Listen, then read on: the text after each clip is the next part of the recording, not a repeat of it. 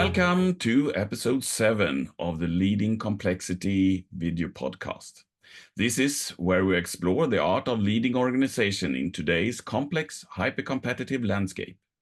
In each episode, we will explore cutting-edge strategies with some of the foremost thinkers in leadership. Join us and discover how to make your organization thrive and lead in a constantly evolving world. My name is Tomas Björkholm, and with me I have Göthe. In this episode, we will listen to a very interesting conversation we had with Annika Steiber. She's a researcher on innovation management and in the Renden High, the philosophy from higher. She's also the author of a lot of books. Among them, we find the Google model, the Silicon Valley model, and leadership for a digital world. Michael, how do you know Annika? I've seen it in a couple of courses and webinars on the topic of open platform organizations and platform economy, and on the concept of Renden High. So yeah, she has really given me a lot of interesting thoughts to think about and shared her expertise in that area. So Thomas, you also know her a bit. Yes, actually, a long time ago, I think it was 1997, 1998 or something, I was working together with her husband. So I met him a lot, and I think I met her also. But I got also reinterested and reintroduced to her when she had some webinars about this open platform economy, which is really interesting. So are we ready to look at the video? Yes, let's explore it. Hi and welcome to this interview, and with me I have Annika Steiber. It's a pleasure to have you in the program Leading Complexity. Annika, for those that don't know you, could you please present yourself? Absolutely. I'm Swedish and American. I lived almost 40 years in Sweden, and I've been living now 14 years in Silicon Valley. I'm an entrepreneur, and I'm also a researcher. What is maybe of most interest for this program is my passion for the evolution of management over the years. I've been focusing during 3 decades. I've been trying to understand this holy grail on how management is changing due to technology and evolving over time. And I've been chasing role models, leading role models in the world, and try to describe why they do things very differently and how they do things in order to increase the learning process and speed up the learning process for everyone else. This sounds very interesting. So the name of the program is Leading Complexity. So why is it important for managers to change, to find the holy grail, so to speak, as you said, and maneuver in a good way in complexity? Why do they need to care? So it's a lot of things changing. I mean, one of the driver is, of course, the technology advancement that is just going faster and faster. And one example is, for example, artificial intelligence that have come and have changed, I think, the mindset of people much faster than it was ever thought that would happen. So that is one that extremely important driver. Another one is the globalization that been going on for a while, and of course the sustainability discussion, and then adding to that all these kind of uncertainty around geopolitical questions and tensions between countries and wars going on. So we end up in a world where company leaders and managers need to make decisions under extreme uncertainty. And we separate risk from uncertainty. Risk is where you can calculate a risk. You can use data, you can calculate the risk, and you can calculate the return on investment. in an uncertainty, you cannot do that. It's absolutely impossible. So you need to work in a very different way. And one new way of working that I think most of our listener here is familiar with would be the importance of experimentation.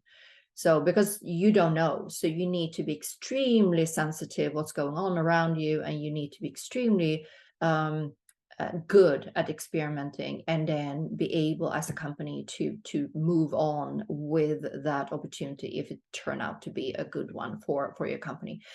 It also demands the company to question your business model over and over again.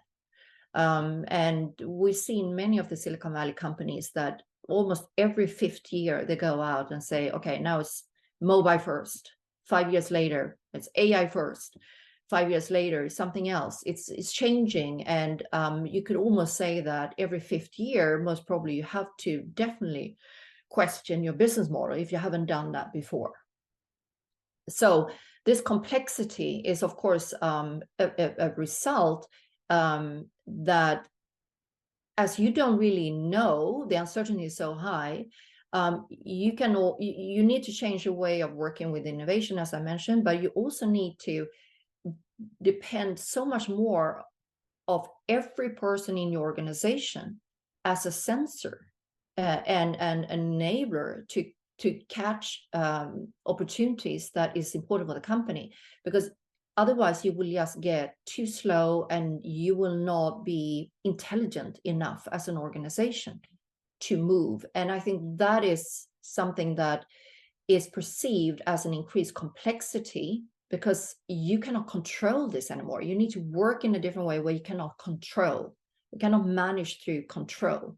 You need to manage through decentralization, delegation, and trust, and be sure that you have the right competence and talents and the environment for those people to actually work for the future of the firm.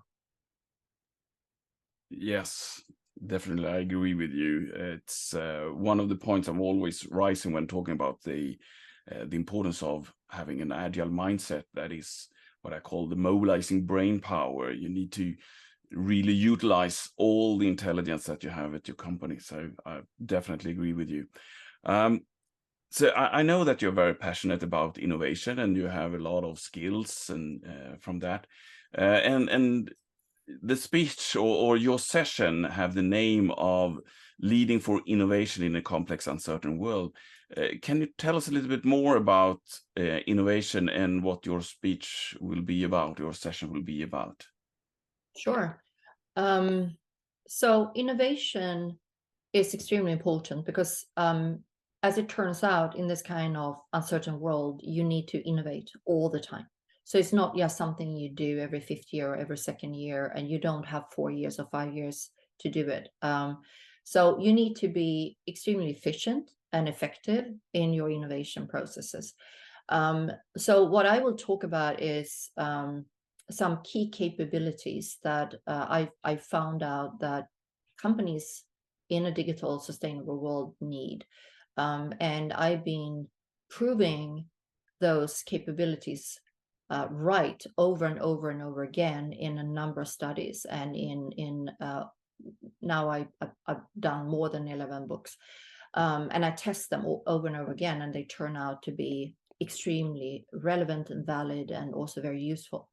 So I want to share those with the audience. I also want to share some new leadership principles, where we're heading, the pillars of the new management model, how you need to run companies, that we see is converging towards certain pillars.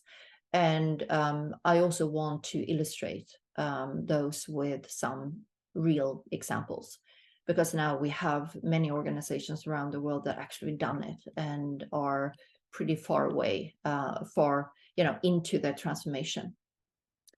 So hopefully this will help some companies that are true believer in the need for change in Sweden as well, or other places.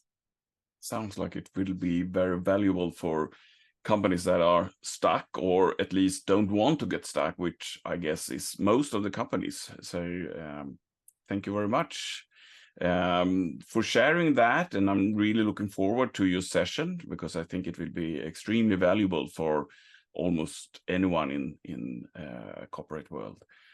So thank you very much for this interview, and again, looking forward to see you in the program. Thank you. Yeah, thank you. Okay, that was a very interesting interview. One thing I wonder about is, what does she mean by separating risk from uncertainty? Well, I would say that risk is something you have identified. So everything is about calculating. It's a so-called known unknown. We know those risks exist. We can then see how likely they will happen, how much it will cost if it happens, and then you can kind of get a formula and a price of that risk, and then you can decide how to handle it, if you ignore it or if you do something about it. But when we talk about uncertainty, it's the uncertainty of you don't know what it is. It's an unknown unknown. So you have no clue what will happen. So you can't calculate it on it. It's it's an uncertainty. And so for that reason, the thing you can do is that you can just have guesses, and you do some cheap experiments to see if there's anything there. And if it's not, you can ignore it. But if it's something there, you can actually take advantage of that. Also, I was thinking of other things she was mentioning, and I think this is more your area. It was about having every person in your organization be as a sensor. Can you explain that a little bit? Yeah, I like the metaphor of like a sensor network. So sensing out to the field of what is emerging, what's coming up, new ideas, maybe attending seminars, workshop courses, interviewing customers, etc.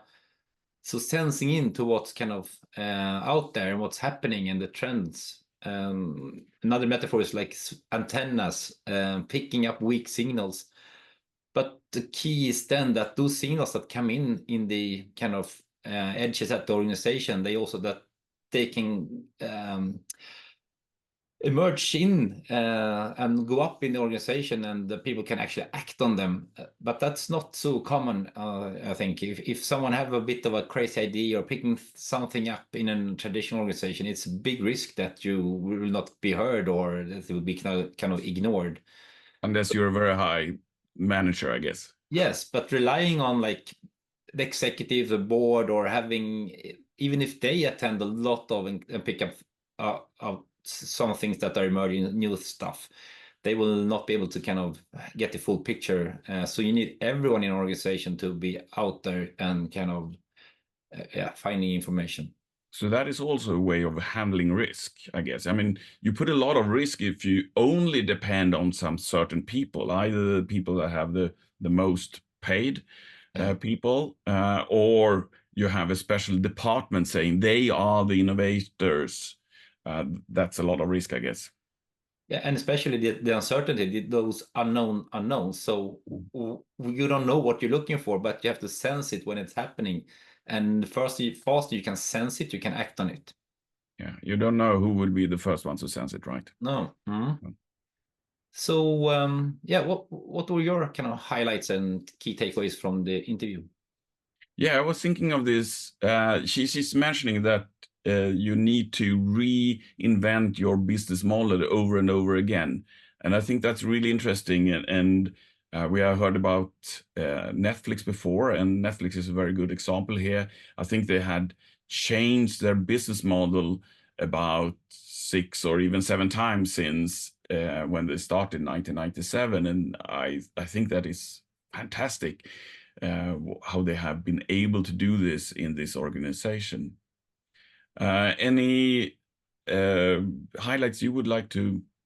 Yeah, and in addition to kind of the changes of the product offering for Netflix, going from like DVDs to streaming to content creation, they also kind of reinvented how they work internally, both when it comes to their platform user experience, but also the culture. And we had another interview here with Erin Meyer when you talked about the No Rules book, which is fascinating. So they've reinvented themselves as well as their product offering. Yeah, and something else that she brought up, I think, was quite clear. Her suggestions that you have to manage through decentralization, delegation, and trust. So that's kind of a clear That was principles. the first one. And the second? Yeah, and then also that, of course, for this to work, you have to have a high competence. And I think, again, in the Netflix case, they talked about talent density. So it requires really high competence to do it. And then, of course, the environment, so that people can actually utilize the competences and then kind of be fit for the future. And I think this is really interesting because I see a lot of companies that are kind of mismatching this. They want to have the talents, they want to have the right competences, they put a lot of work to find them, they pay them a lot, but then they forget to create an environment. They don't treat them as the superstars they should be treated as. And I mean, everyone at the company should be a superstar, right? And I think that is kind of the mismatch. You hire those fantastic people, but then you treat them like machineries, like cogs in machinery, and that doesn't really work. No. So what are some of the key capabilities that Annika kind of brings forward? Yes, maybe you heard that at the end of the interview, she was talking about her masterclass that she had last year in the Leading Complexity program. And so for everyone that has not been participating last year, I can reveal what those key capabilities are. And they were dynamic capabilities, being able to quickly reinvent the management model and see that opportunity and seize it. The second one was the ambidextrous capabilities. That is a possibility to both be very excellent in doing the business you have today, but also be able to find the next thing to do. And you can clearly see this in companies like Apple, Google, Amazon, Netflix, and that they are able to not just be very good at what they are doing, but also very good at coming up with new things. Open innovation capability is another one, and that is how that we talked about earlier, the platform, being able to work together with even people outside the company, but also, as you talked about, being the sensors, making sure that we really use all the brain power we have within our company. Fourth one is people-centric, and you have been talking about that as well, that we can't treat them as cogs in the machinery. We really need to help them become like entrepreneurs, or maybe the word entrepreneurs is more correct here. And the last one she's mentioning in her masterclass is systemic capabilities, and that is the understanding that everything is a system. It's coming together. I know we talked about that in the earlier episode, and I know that she's extra much pushing for this, that the culture needs to be connected with the structure, and they should all be pointing at this possibility to continue to experiment and invent.